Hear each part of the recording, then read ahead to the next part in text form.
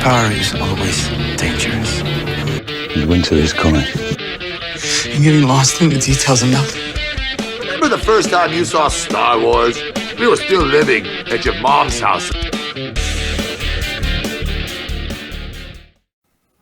Dwight takes note of a possible new business opportunity. Later, a routine errand has an explosive, unexpected outcome. Stacy opens up to Dwight about what led her to Tulsa. This is Season 1, Episode 3 of Tulsa King, Caprice.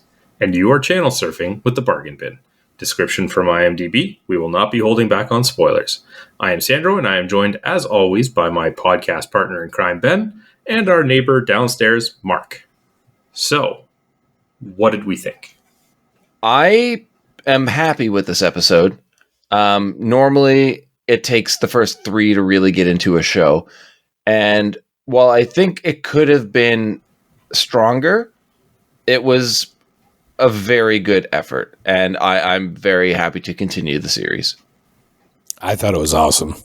It started off well, ended well, had funny stuff in it. It's a full show.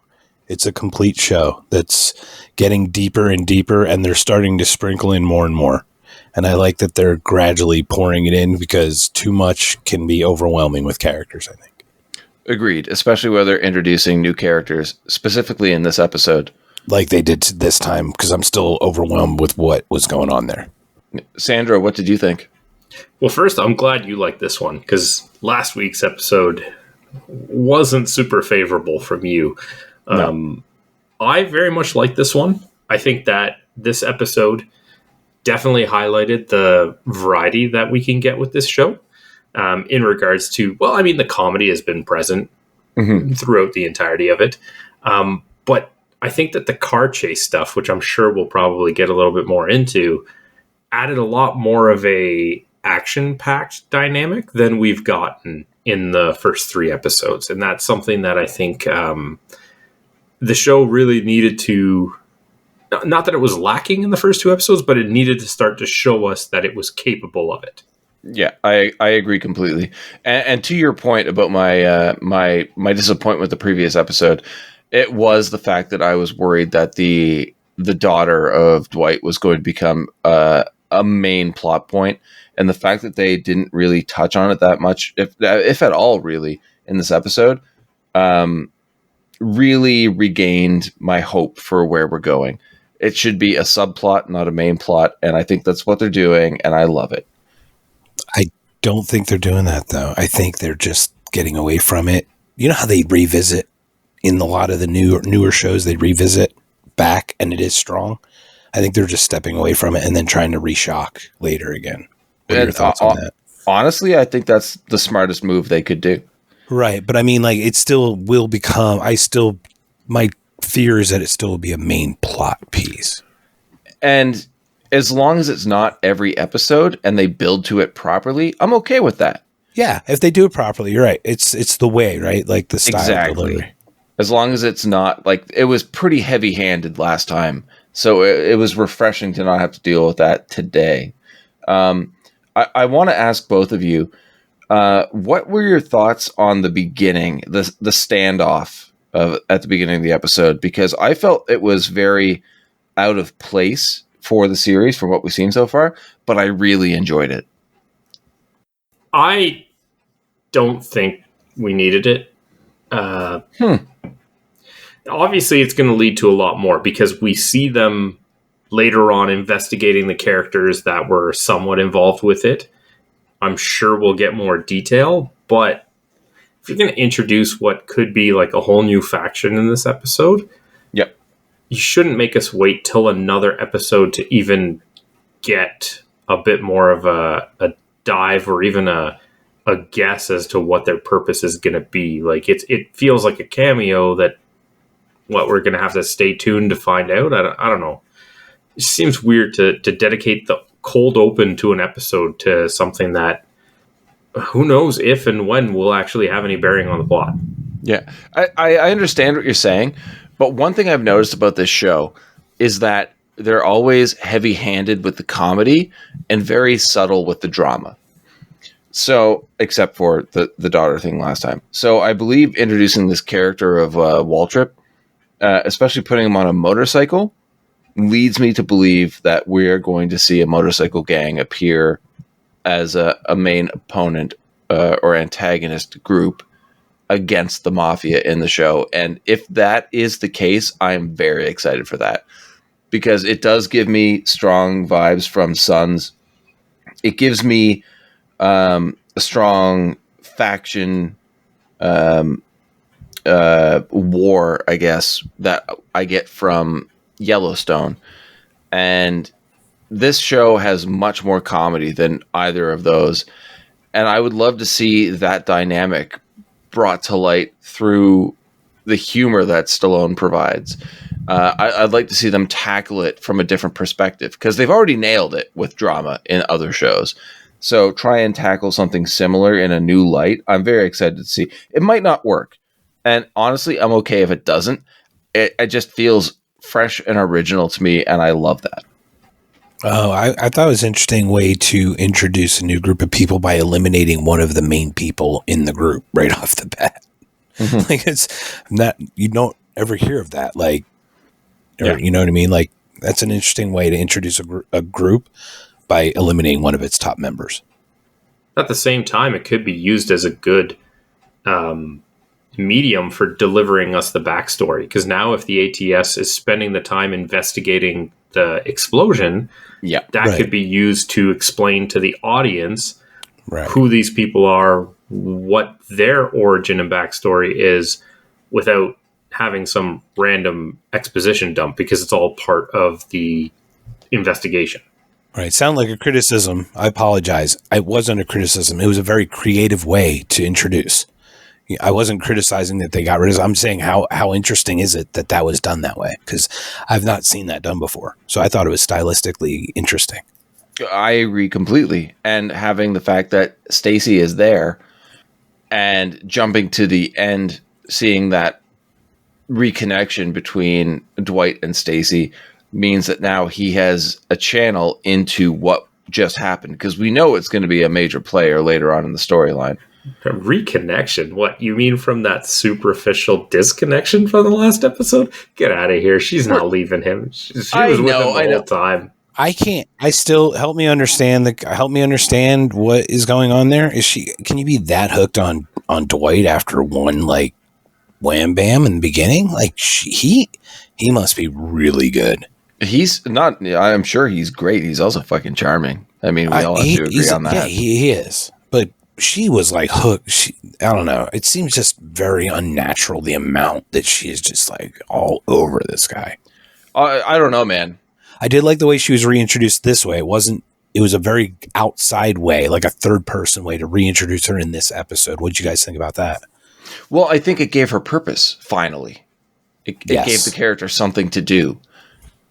Take her away from investigating the lead, which was a bad call from the very beginning, but it keeps her relevant to the story that's forming. I think that was a brilliant move. So do you guys happen to think that the motorcycle guy, what was the gentleman's name again? Callan Waltrip. Yes. Do you think that they're one of the buyers of at the weed farm as well or something? I see some kind of drug competition, right? Or some kind of cash flow, right? Business imposition that Dwight is going to play. A very good question. I honestly don't know where they're going to go with this character. I'm curious for sure, but yeah, I really don't know what they're going to do. I'm pretty excited for it. What are your thoughts, Sandra? There was some mention of another drug raid, I believe. I believe so. Yeah, I missed the specifics, but I think you're right.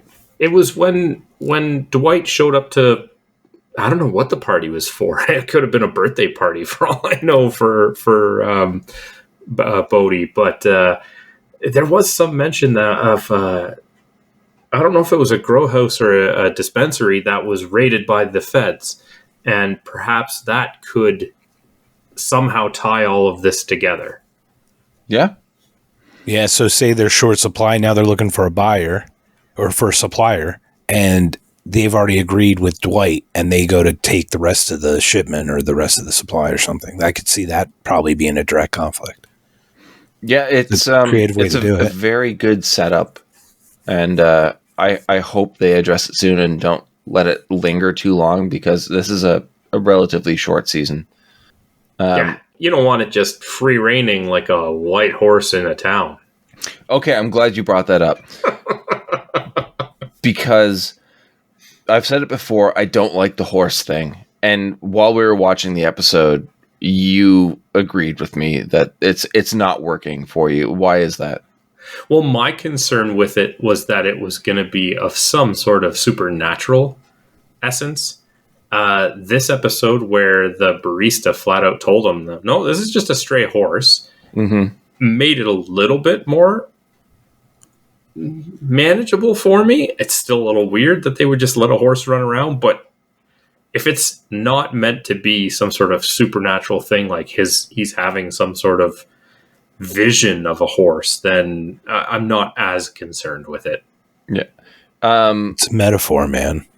And I enjoyed that they called it out as just being a regular thing. There's nothing special about it. It's not a metaphor. It's just there's a horse around. And what she said, right? She basically said it was Stallone. She said old horses don't go out to pasture. They don't like the pasture. She basically said. I mean, she said that about the horse, but obviously, like, the episode has multiple instances of stripping things down from what people want them to be versus what they are. So yeah, they don't send old horses out to pasture. Stallone brings up saying someone is triggered versus someone being fragile. Good points. Yeah. Stacy talking about the dog is like old and beat up, and Stallone or Dwight just goes, yeah, it sounds like you have a type, or who has a type, or something like that. But it's calling things out for what they are. And I don't know if that was going to be a theme. If it was, it wasn't done well, but it keeps popping up randomly throughout the show. So it has to have some sort of purpose. But there is one main event of the episode that Sandro addressed already, which is the main action scene, to show that they can do action and they can do it well. But what do we all think about this drive-by shooting? First of all, I think that it's a rash move by the Manny character to all of a sudden just try to take Dwight out without actually getting any sort of information or research done. Yeah, right? No sense. It literally makes no sense. Yeah, this is a guy who's supposed to be an informant for the government. Not to say that he would consult with the government before committing a crime, but he's not trying to utilize any sort of connection or resource to find out if, in fact, Dwight is a threat. He's just jumping to murder, which seems a little peculiar. Wasn't he the one who said that Dwight was in town in the first place? And then wouldn't they just have said, yeah, he just got out of jail after 25 years? Like, that seems so weird. I thought they did say that, but there was no reason for him to be there.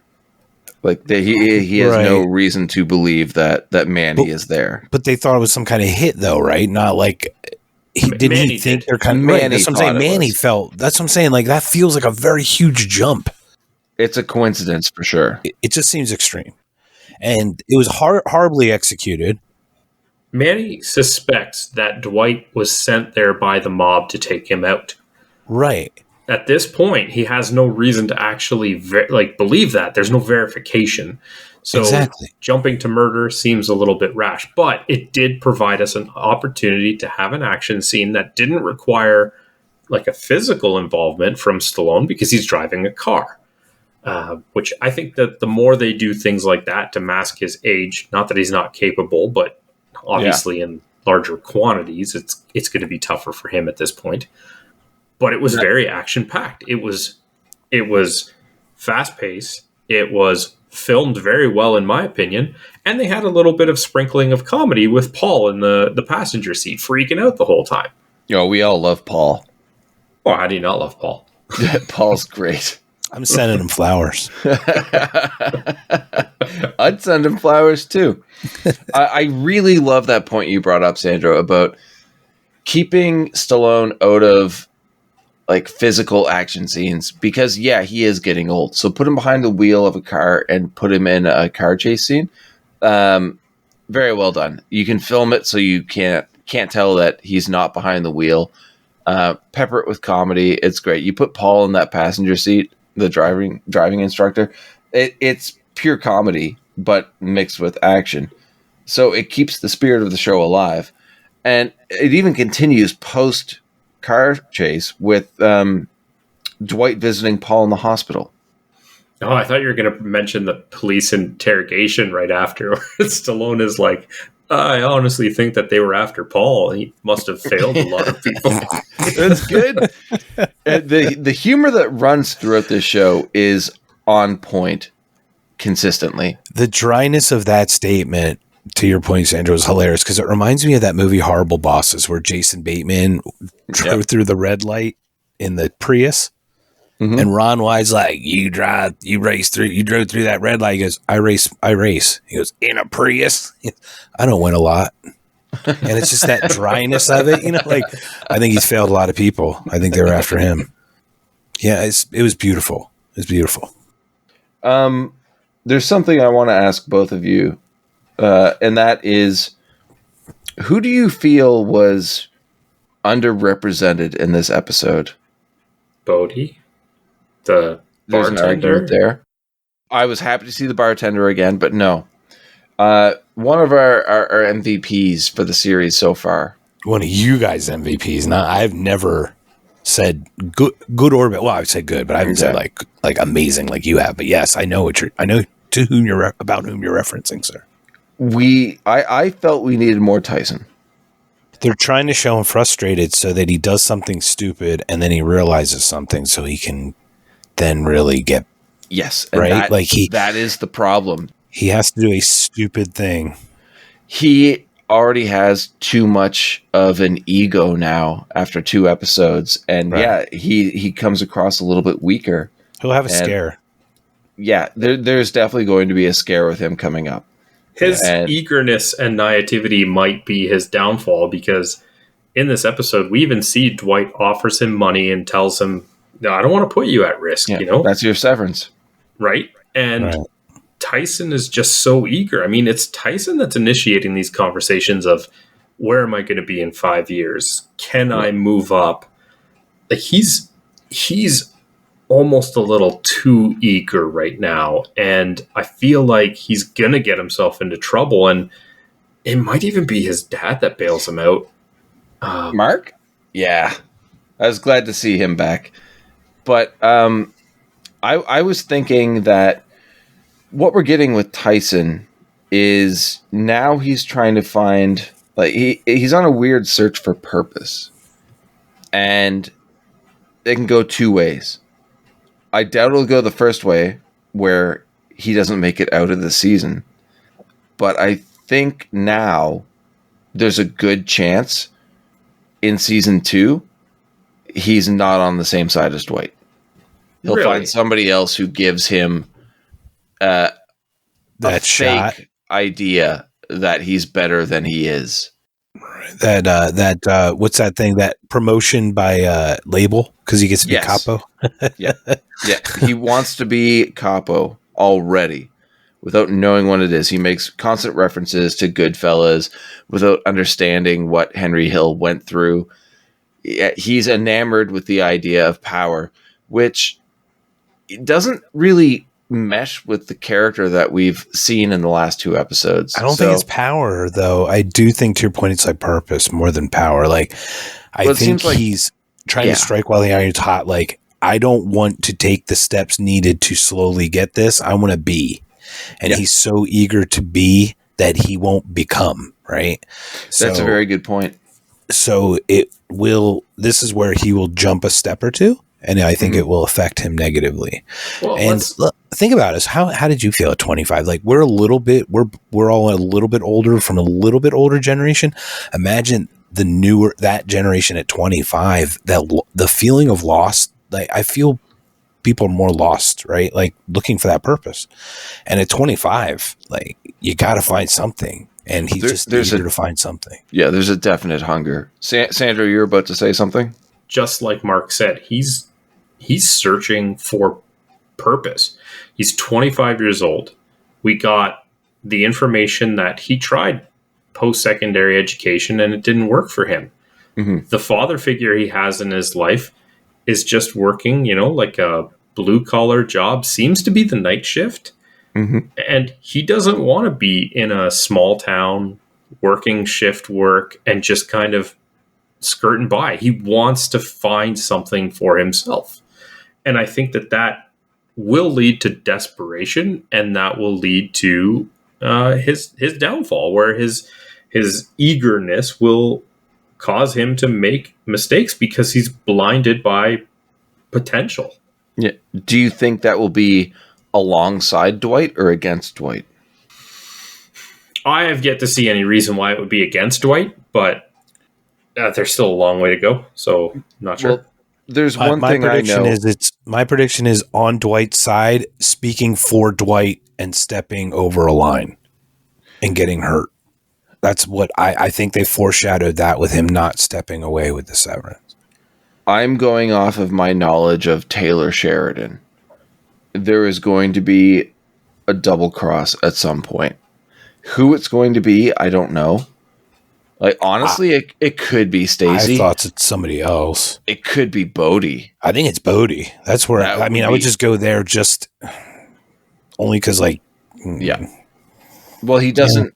I don't think that they've built up Bodie enough to have the strength to, or that's true, guts to double cross Dwight. It does feel like Tyson, though, has been foreshadowed to get hurt. And it sounds like he's going to go over his means or step outside of his means, right? To what Sandra said, though, they haven't built Bodie up enough. And I agree with that. But I think that would make it even more of a shock for him to be a setback to Dwight. However, I think the one person that's really going to shock us in this season is Chicky. I think we all expect Chicky to turn on Dwight, and I think he's going to be Dwight's saving grace. They keep poking the bear, don't they? Yeah. And I know it's an East Coast, like the way they talk, but it's still something still doesn't sit right. The thing is, Chicky even reinforced that he's a businessman and he's okay with Dwight because Dwight's earning. Yeah. Right. So, but he also said, "Are you telling me I can't control my crew?" And that loss of control is bigger than Dwight. Would you agree or no? No, I wouldn't.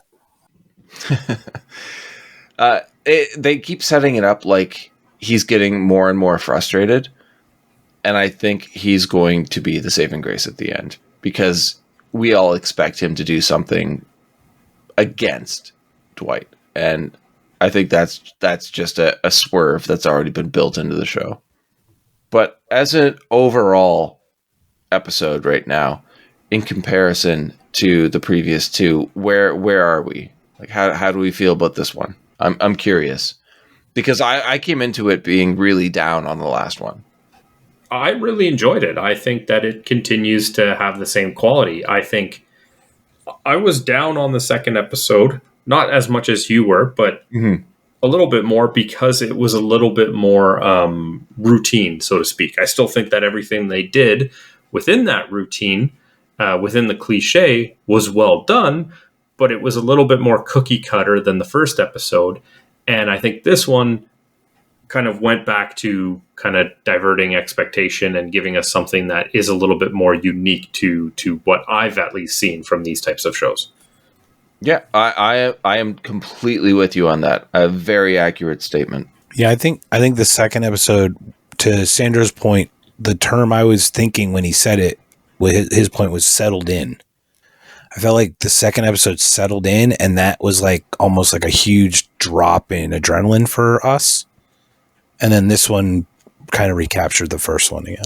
So what do we think is actually the purpose of the party the nitrogen tanks and the conversation with the bartender.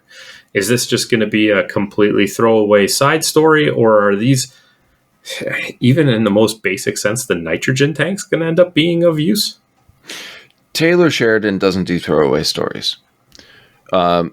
If you see something that gets some sort of attention in one of his shows, it will come up later. He's very, very good at that. And I think it is going to be probably part of the climax of this first season.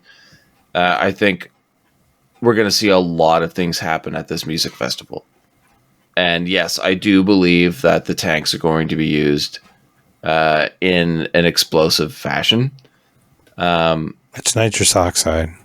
Oh, yeah, that's right.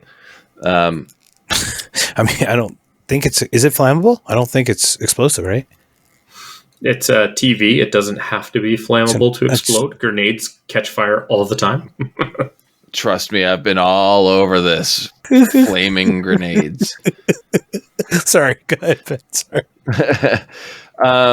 It could be a massive raid on the festival to just shut down Dwight. A nitrous oxide is non-flammable, as an FYI. Okay. I do think one of two things to your point, Ben. I think one is, or Sandro as well, is more of a depth of revenue stream. He's just increasing revenue stream, right? So he's like, yes. I'm getting $3,500 for every tank that cost me what? How many hundred? I don't remember. It was 350 times 10. So I think that's part of it. Is like, hey, it's just another revenue stream because once again, Cheeky coming back around. You're a good earner, right? Solidifies that bond. Secondly, to your point, Ben, something tragic could happen with one of the things where a kid could get hurt or OD or something. You know what I mean? Like I've heard, you've heard stories, right? Horror stories of people, nitrous oxiding. Well, let's not forget that he got the idea from a group of people that already do this at the music festival. So if he shows up with the tanks, the same dollar value, competition might not like that. Well, that's just it. It's not the same dollar value because weren't they going to undercut? No, they were doing it for $5 at the party, but they sell for $10 at the festival, and they want to sell for $10 at the festival too. Right. That's right. Yeah, but those guys seem like so disorganized to have any kind of power, right? Like they didn't even give them any real cred. Could that be dangerous that he didn't give them cred, or is it? Because Ben, you know the writing style a little bit better. Yeah, they left it kind of ambiguous, and normally that means it will pop up again. Cool. But I mean, who knows with this show? Sheridan created it. He's not writing everything. So yeah, the tropes I'm used to might not exist in this show.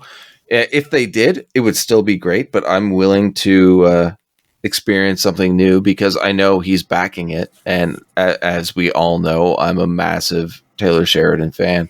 So I have complete faith that whatever's going to happen is going to be great. But I really enjoy the fact that I'm not entirely sure where we're going now. There are so many different options. We now have a bunch of characters to follow, good, bad, and in between.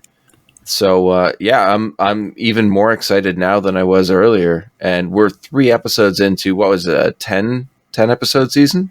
9. So we're a third of the way through this season, and there's a lot that has to happen in a short amount of time. So I'm curious. Real quick, I do want to say that it's not necessarily the people running the tanks who seem incapable that could have an issue with the competition. It could be somebody who is behind them. Right, the founder of the tank, of the people doing it. Right, the something. People right. I was thinking that as well, but. To your point, I was just wondering the lack of attention they paid to them, other than just mentioning that it seemed like a more of a revenue stream generator, like a depth of story than a intrusion story right now. Yeah. And there was a few lines that make it seem like it's not just going to be a throwaway. Cause I mean, even they even say like, well, they're not really part of the town. Like they're Right. Yeah, They're I not guess part of it the could- community, right? Which is Yeah. like the drug community because they're weird outcast dreadlock wearing whatever. Yeah, I found that really strange too, because they didn't dwell on it. It was Maybe more a of a fight? reference and then move on. Yeah, maybe a fight at the festival or something. You know, something have scrappy, like something not very organized. Question for the two of you: do you think we've met the big bad of this season so far? I don't, and I feel like if you have Stallone as the lead of your show, you need somebody of name to be the antagonist. Yeah. When does Dolph show up? I mean, that would be great, and I fully expect that at some point down the road. But I think we'll get somebody of a lesser name, and I haven't been looking at the cast of the season. I hope neither of you have as well. But I feel like to present a great threat, it has to be either a very established TV actor or film actor, somebody maybe Stallone has worked with before. Somebody from Expendables, Potentially, Terry sure. Crews. But would you be okay if it was an unknown actor who is the big bad? I'd be okay if it was the boss of the ranch. Okay. That was Dana Delaney? That was I found interesting too. Is Dana Delaney's appearance in this? She's a big name, and she's not just that. Yeah. Maybe the ranch that is a is front. a great. That's the point. That's a great point. Yeah, I think she's probably the second biggest star in the show. What they do on my ranch is work as hard. I can't speak for them off. Of course you can't. You know what I mean? Like, yeah, that's a very good call that I did not consider. Sandra. Yeah, very good point. So why don't we start to wind it down a little bit and go to our usual question of what was an individual highlight of the episode? It would have to be Paul. Stallone and Paul. I have to go to the comedy, man. Like, the comedy is so well done in this show. And every time I see it, it still floors me. It's so good. Stallone is great. The guy who played Paul, I forget his name. Something Iverson, sorry. Not like Iverson's ever going to listen to this, but the chemistry between the two is so good that I really hope Paul sticks around. They set it up so he potentially could be in another episode or two. That'd be great. But while the drama is a good, message saying "Don't call me back ever." I know, but I think he's a resource now because he works at the DMV. Yeah, I love the comedy here. I'm glad it's still there. The action is great. The drama is great. But I think the comedy is the heart of this show. And Dwight and Paul together nailed it. Honorable mention to an attempt at building up Tyson's character, but I think in the wrong way. Okay, Mark. So it was definitely the car chase. And because I like to curse, it was in the middle part where it couldn't have gotten any more tense when they hit something and they just smash into something, and then Paul just made a yelp or something, said something, and he just puts his head down. Shut the F up, Paul. Boom, and then just took off again. That just was hilarious. It's great. I gotta go 3 for 3 with you guys and say Dwight and Paul. However, I think that their interaction in the hospital was probably my favorite because there was just such an awkward tension to it where Dwight comes in, he's all smiles, he's all charisma, and just the look on Paul's face, he's just like, you shouldn't be here. Go away. Why are you here? Why are you putting flowers in this bedpan? Go away. And then when he says, that's the least I could do. Here's a card for you. And right away, we're like, that's way too thick to just be a card. It's a very thick envelope. And then how beautifully Dwight ties it together, because the writing in this episode was fantastic. It was, yeah. And he's like, well, it just doesn't feel right because you feel like you didn't earn it. Now you can do me a favor. As if Dwight's not the reason the guy got shot already. He probably owes him a lot more than that. But it was such a good scene in a long line of good scenes between him and Paul in this episode, but that was definitely it. Something really quickly to point out was him writing the license plate in Paul's blood on the windshield. I mean, that was great. He's like, don't move. And he's like taking his thumb and just shoving it in there just to get blood so he can write the license plate. Paul's like, you're going to get me infected. Seriously, the comedy is so well done. It's unique. Like I haven't seen these types of scenes in a while or done this way. So it is fresh. It's kind of nice to see a new show. Agreed. So that brings us to the final portion of the episode, and it is to rank it. As of right now, we have it in order. Episode 1, Go West Old Man, was the best episode, followed by Episode 2, Center of the Universe. I don't know about you guys, but I'm really tempted to put this one right in between the two. Yeah, for me right now, it goes 1, 3, 2. And I'm having a problem with that because I thought this one was really good.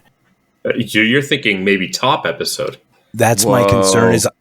This is the problem, gentlemen. We've only had 3, and I don't like to be a slave to primacy because it's the first one we saw. It kind of reminds me of the movie Hangover. Mm-hmm. It was so original, so good that the second one was settled in. The third one was good again. May have been almost as good as the first, but just was so, you know what I mean? Okay. One of those kinds of things. But I do go 1, 3, 2, but it's only close because of the way this one was refreshing. Yeah. And I like refreshing episodes. I didn't expect it to go the way it did in any part of that. Really. I get you. It makes sense. I mean, who expected a house to blow up in the beginning and then them to get shot out during a driving test? I mean, there was a lot of different things that happened that were completely unexpected. Yeah. Plus, with the first episode of any show is going to give you all the introductions and set the tone for the rest of the season. So it's expected to be at the top of the list for the majority of people. So I mean, I still think it's number 1, but very interesting reasoning for 3 threatening to knock it off the top. Yeah, it's not necessarily a quality thing. Yeah. They're very similar. It's just when I watch shows, and this was refreshing to watch today. Yeah. After the last one, really was. It wasn't bad, but to your point, Ben, it wasn't. It was like ugh. Yeah, like it felt like it hit the wall already, and I didn't. Yeah. I just didn't want that to happen. This didn't. This definitely kind of reset it already, which is interesting. That happens in three episodes. It's pretty great. All right, so it sounds like we're going 1, 3, but it's a very narrow gap, and then 2 decidedly under that. We'll see what the next episode brings. From everyone here at Channel Surfing, remember, here we are bloody but not beaten, down but not out. From this point on, this city and everything in it belongs to us. Until next time.